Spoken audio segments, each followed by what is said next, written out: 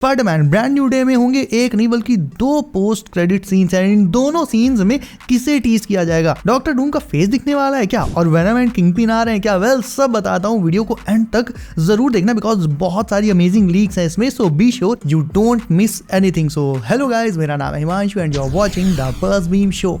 Okay, तो सबसे पहले तो इनसाइडर के अकॉर्डिंग ब्रांड न्यू डे में एक नहीं बल्कि दो पोस्ट क्रेडिट सीन्स होंगे एंड मेरे हिसाब से दो ही सीन सेंस भी बनाते हैं बिकॉज ब्रांड न्यू डे एक स्ट्रीट लेवल मूवी होने वाली है, लेकिन क्योंकि ये एवेंजर्स डूम्सडे से ठीक पहले आ रही है तो जाहिर है इस मूवी के एंड को डूम्सडे से भी कनेक्ट किया जाएगा और डूम्सडे अब तक की बिगेस्ट मल्टीवर्सल मूवी होगी। यानी ब्रांड न्यू डे में स्ट्रीट लेवल स्टफ होने के साथ साथ इसमें एंड में मल्टीवर्स भी टीज होगा। तो अगर चीजों को बैलेंस में रखना है तो एक पोस्ट क्रेडिट सीन कम पड़ जाएगा, दो से ही काम चलाना पड़ेगा। तो रिपोर्ट ये कहती है कि ब्रांड न्यू डे के फर्स्ट पोस्ट क्रेडिट सीन में सिनिस्टर 6 या फिर किंगपिन को टीज किया जा सकता है। अब अगर तुम्हें नहीं पता तो बता दूं कि इस पॉइंट पर स्पाइडरमैन के लिए काफी सारे विलन्स ऑलरेडी कंफर्म हो गए हैं, बट इनमें से बहुत से विलन्स का मूवी में कोई मेन रोल होगा ही नहीं। ये विलन सिर्फ स्टार्टिंग में मोन्टाज में दिखाए जाएंगे, जस्ट लाइक फैंटास्टिक 4 की स्टार्टिंग में हमें दिखाया गया था कि कैसे काफी टाइम से फैंटास्टिक 4 अलग अलग विलन्स को निपटाते आए हैं, फिर चाहे वो सुपर एप्स हो या मोल मैन हो एक्सेट्रा एक्सेट्रा। तो ये जो विलन्स थे फैंटास्टिक 4 में, ये बस कहने को ही थे, मूवी के स्टार्टिंग के कुछ सेकंड्स के लिए, एक्चुअल स्टोरी से इनका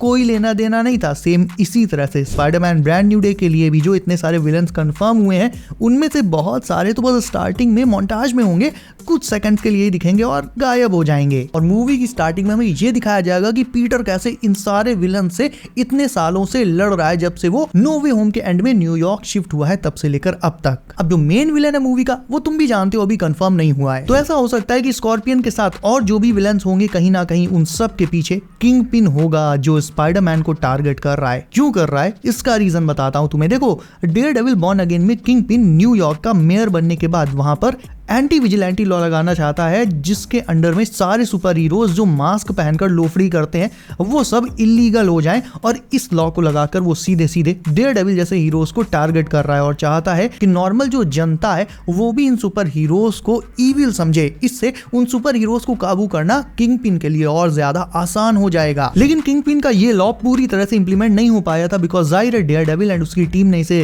रेजिस्ट किया, और सीजन 2 जो नेक्स्ट ईयर आएगा इसका, वो स्पाइडरमैन ब्रांड न्यू डे से पहले आएगा एंड उसमें पूरा बवाल इसी लॉ को लेकर होगा। सो डेयरडेविल को तो किंगपिन समहाउ हैंडल कर लेगा, बट स्पाइडरमैन जैसे हीरो को वो कैसे हैंडल कर पाएगा जिसकी आइडेंटिटी भी उसे नहीं पता। उसे क्या, किसी को नहीं पता है एक्सेप्ट मे बी हल्क। तो जैसे डेयरडेविल बॉर्न अगेन में किंगपिन ने डेयरडेविल को टारगेट करके उससे निपटने के लिए एक टीम बनाई थी कुछ पुलिस ऑफिसर्स की, ठीक वैसे ही वो स्पाइडरमैन के लिए भी एक टीम बना सकता है जिसमें वो स्टार्टिंग में तो बूमरैंग और टैरेंटुला जैसे साइड विलन्स को स्पाइडी के पीछे भेज सकता है जो हमें स्टार्टिंग में दिखाया जाएगा, बट जब स्पाइडरमैन इन सबको हरा देगा तब किंगपिन चाहेगा एक और स्ट्रॉन्ग टीम बनाना जिसमें मल्टीपल मेंबर्स हों और वो स्पाइडी को खत्म करने के लिए हेल बेंट हो, एंड शुरुआत करेगा इसकी वो स्कॉर्पियन से। तुम्हें याद होगा स्पाइडरमैन होमकमिंग में जब स्कॉर्पियन वल्चर से बात कर रहा था तो उस टाइम वो प्रिजन फैसिलिटी में था, और वो प्रिजन कहाँ था उसका नाम तो कहीं क्लियरली मेंशन नहीं किया गया, बट उसे न्यूयॉर्क में ही होना चाहिए जहां इस टाइम विल्सन का किंगपिन का राज चलता है, और तब तो स्कॉर्पियन प्रिजन में ही था। तो फिर ब्रांड न्यू डे में वो आखिर बाहर कैसे आएगा? जाहिर सी बात है उसे बाहर लाया जाएगा, एंड ये काम सिर्फ और सिर्फ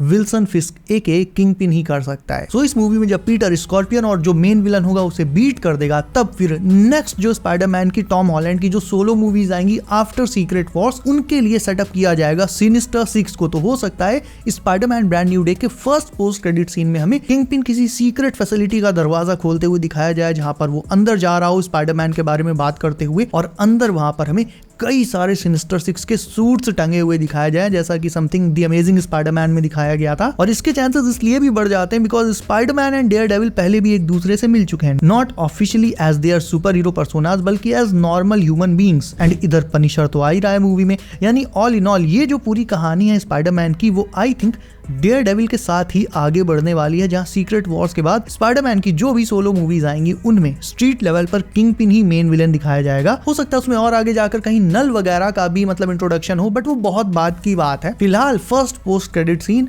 किंगपिन और सिनिस्टर 6 से रिलेटेड हो सकता है। एंड नाउ बात करें सेकंड पोस्ट क्रेडिट सीन की, तो ये ज्यादा इंपॉर्टेंट हो जाता है। And believe me when I से दिस, सेकंड सीन में हमें डेफिनेटली एवेंजर्स डूम्सडे से रिलेटेड कुछ ना कुछ दिखाया जाएगा एंड कुछ मेजर, कुछ बहुत बड़ा दिखाया जाएगा। देखो, आई थिंक वो डॉक्टर डूम का एक फ्रंट शॉट भी हो सकता है जिसमें हमें डूम के फेस की नहीं पूरी तो आधी या लाइक हल्की सी झलक उसका रिवील तो मिल ही सकता है।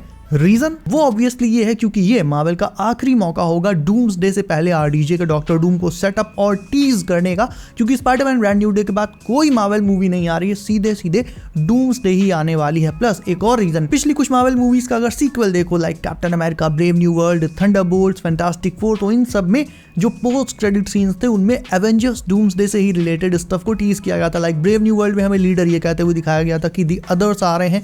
ये जो दी अदर्स हैं ये या तो डॉक्टर डूम के इविल एवेंजर्स की टीम हो सकती है या फिर लाइक एक्समैन हो सकते हैं जो एवेंजर्स पर अटैक करने आ रहे हैं। इसके बाद बात करें थंडरबोल्ट्स की, तो इसमें भी हमें किसी नई ही फैंटास्टिक फोर शिप को दिखा दिया गया था जो कि अर्थ 616 के एटमॉस्फेयर में एंटर कर चुकी थी, यानी ये भी समहाउ डूम्सडे से ही रिलेटेड है। शिप के अंदर सब जानते कौन है, आरडीजे का doctor Doom plus Franklin Richards, सबसे ज्यादा चांसेस इन्हीं के हैं। और उसके बाद बात करें फाइनली फैंटास्टिक फोर की, तो उसमें तो सीधे सीधे तुम भी जानते हो डूम का सीधा सीधा कैमियो ही हो गया था, ऑल्दो उसका फेस वगैरह नहीं दिखा, लेकिन पीछे से एक शॉट दिखाया गया। तो जो अब ब्रांड न्यू डे है अगर इस पूरे पैटर्न को फॉलो करती है तो इसके सेकंड पोस्ट क्रेडिट सीन में हमें डूम का शॉट सामने से फ्रंट से देखने को मिल सकता है। हो सकता है उसमें डूम अपना मास्क उतारता हुआ दिखे या लाइक फेस मतलब अंधेरा हो शॉट में और हल्का फुल्का फेस थोड़ा सा रिवील हो जाए, मतलब कुछ ऐसा ही दिखाया जा सकता है। तो हाँ, I think second post credit scene में डूम का पूरा तो नहीं बट थोड़ा सा फेस रिवील हो सकता है। एंड पूरा फेस रिवील तो ऑब्वियसली एवेंजर्स डूम्सडे के मेन ट्रेलर में ही होगा। एंड ट्रेलर कब आ रहा है इस पर मैंने ऑलरेडी डेडिकेटेड वीडियो बना रखी है, इफ यू वांट